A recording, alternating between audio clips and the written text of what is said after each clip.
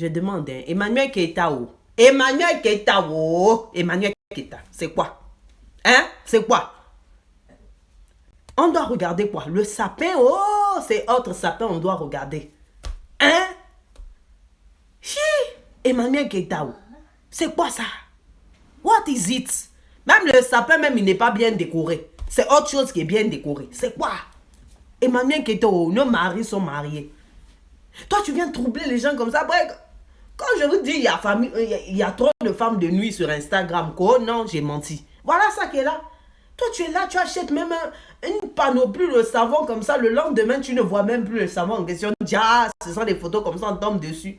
Et Emmanuel Keita, c'est quoi? Mais ce qui est bien avec Emmanuel Keita, il a beau sapin. Je parle du sapin, mais je ne parle pas du sapin. Parce que le sapin que je vais vous montrer maintenant, là, désolé, pour les yeux vides. Voilà ça qui est là. Quand je dis il y a sapin et puis sapin, voilà ça qui est là. Sylvia où? Ah! Toi, quand tu te vois comme ça, tu vois la pose là. Est-ce que c'est une bonne pose? Toi, tu es comme ça. Est-ce qu'on peut faire ça, Dama? Sylvia où? Donc ça, c'était censé faire quoi en fait? Charmer, oh, c'est comment? Et puis elle mordit aussi la lèvre. Hein.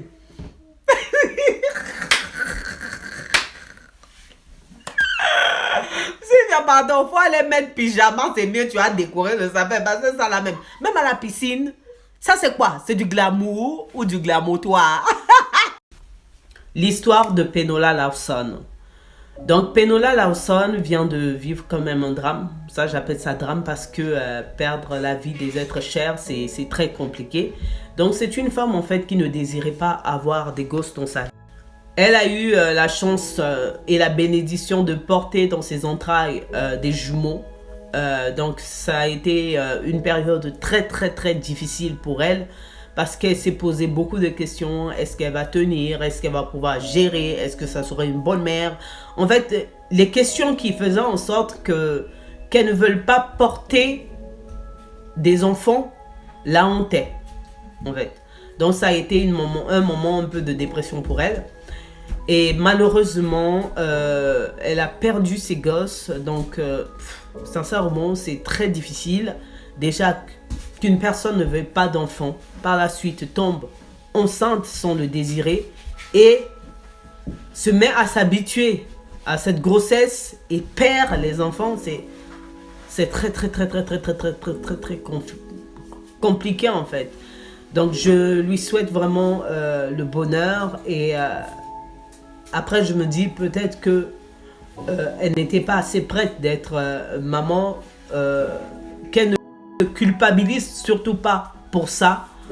Mais après, j'espère que plus tard, quand elle aura un gosse, qu'elle va le désirer. Et je parle en connaissance de cause parce que moi-même, j'ai été dans cette étape-là où je ne voulais pas d'un gosse dans ma vie.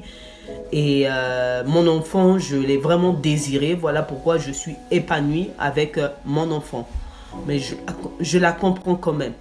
Ouais, c'est vrai. Moi aussi, j'avais remarqué son ventre était un peu plus arrondi en fait. Je pense qu'elle était un peu aux 3, 4 mois, 5 mois de grossesse en fait. Mais elle n'a jamais dit, hein. Elle n'a pas dit elle était à combien de mois de grossesse. Ben voilà, elle a juste expliqué qu'elle ne voulait pas avoir des enfants, qu'elle voulait se consacrer à sa carrière d'auto-entrepreneur et puis influenceur, des trucs comme ça quoi. Elle aime plus être femme d'affaires que femme au foyer. Du coup, quand je dis perdre, elle a fait une fausse couche. Donc voilà, elle a fait une fausse couche. Elle a également expliqué qu'elle a failli mourir également en Turquie en prenant une photo à une touriste en Turquie là-bas. Donc vraiment c'est compliqué. Elle n'est pas trop rentrée dans les détails de comment elle a perdu ses enfants. Mais après c'est tout à son honneur, hein. Donc je pense que c'est trop frais et trop indiscret de lui demander en fait de parler, de détailler l'affaire quoi. Mais bon, il y a quoi à elle. Quand même c'est vrai que la grossesse était un peu plus avancée quoi. Mais bon. Dieu sait comment il fait les choses. J'espère qu'elle va se reprendre en main et puis que ça ira pour elle, quoi. Voilà, je lui souhaite du bonheur. Mais bon, ce sont des choses qui arrivent malheureusement dans la vie. Vous savez pourquoi les deux autres là ne se parlent plus? Wouh! Je vous explique. On vient de me contacter via inbox. Je vous explique. Affaire de José, Chris et puis Marcel là. Pourquoi ils ne s'entendent pas? Vous avez cherché la cause. Vous avez cherché, farfouillé. Vous n'avez pas trouvé, c'est José, oh, la cause. Je vous explique. Quand elle sortait avec Seridier, pendant que Seridier là était avec Aline, si vous voyez bien, Chris avec José là, ils sont comme ça. Donc Chris approuvait la relation entre Seridier et puis José. Pourquoi? Parce que Chris recevait quelque chose. Vous voyez les petits frères là qui aiment genre, ouais José tu vois, le gars il est bien, il faut continuer et tout. Voilà. C'est de ça qu'il s'agit. Mais à contrario, Marcel n'approuvait pas. Il disait non, non, c'est pas correct ce que Seridier fait. Parce que José, même si c'est notre grande soeur, Seridier est marié à Aline. Ça ne se fait pas. On ne peut pas encourager cette bassesse. Ça, ce sont des choses à ne pas faire. Ce sont des choses vraiment qui sont immoraux ou immorales. Qu'est-ce qu'on dit immoral? Bon, je mélange ce mot oral. Prenez ce que vous voulez. Donc, c'est pour ça maintenant, Chris est parti balancer maintenant à sa soeur José. C'est là où maintenant le palabre a commencé. Ah, vous êtes pour team Marcel ou bien pour team Chris? Non, les gens, vous exagérez. Ça ne se fait pas. Moi-même, quand j'ai écrit le titre, j'ai dit, Raïnaou, c'est quoi ton problème? Tu cherches quoi? Maman. Stéphanie fait son live tranquillement. Elle est dans son lit, dans un hôtel. Je ne sais pas si c'est 5 étoiles ou bien 4 étoiles.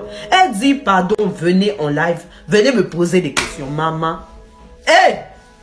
Quand je dis l'affaire du bachelor, là, ça troublait les gens. La fin du bachelor, là, les gens n'ont pas encore avalé. Le macabre est encore coincé. C'est quoi? Comme c'était une affaire de questions ouvertes en plein live, on lui a posé la première question, est-ce qu'elle sort avec Joël? Elle a répondu. Au moins 30 000 personnes ont posé la même question. C'est quoi? Elle sort pas avec Joël. Joël est reparti seul, sans elle, mais ils travaillent ensemble. C'est ce qu'elle a dit. Deuxième question. Oh non, est-ce que tu parles avec Nadia? Ça, c'est moi, je dis, Stéphane, c'est quoi ton problème? Toi, tu fais un live comme ça. Au lieu de répondre aux questions, tu réponds à des mimos. Elle dit, Stéphane, elle dit. On dirait qu'elles ne s'entendent plus. Elle dit, Nadia sait, Chavi sait, elle sait. Elles se savent. Donc, ça veut dire il y a de l'eau dans le gaz. Mais l'eau dans le gaz, là, vous venez prouver que non, vous ne vous entendez pas. Faut nous dire aussi, nous aussi, on est sous le métal, on veut connaître les guérets. C'est comme ça. Ah, ça m'a énervé. Mais la question qui m'a tué, je dis, wow, même si la fin du bachelor, là, vous a tué, est-ce qu'on peut faire des choses comme ça, Dama? Conan Stéphanel, est-ce que Joël est Ruby? Ah! Quelle question! Heureusement, Stéphanel, elle a fui les problèmes, elle a dit non. Mais il y a de... pardon, je veux pas.